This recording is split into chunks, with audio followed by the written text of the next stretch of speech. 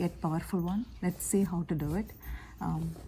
See the index finger and this middle finger, just bend like this and give a little bit pressure here, and hold the thumb like this.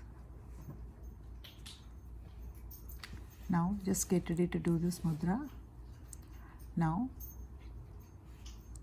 just press the index finger and the middle finger here, just give a pressure, and these ring finger, pinky and thumb, just join these three together, and do this the other hand also. Just give a little bit pressure and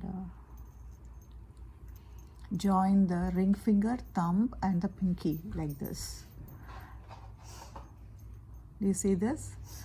Just do this for 10 minutes every day. That will get rid of your dry cough instantly, and it works.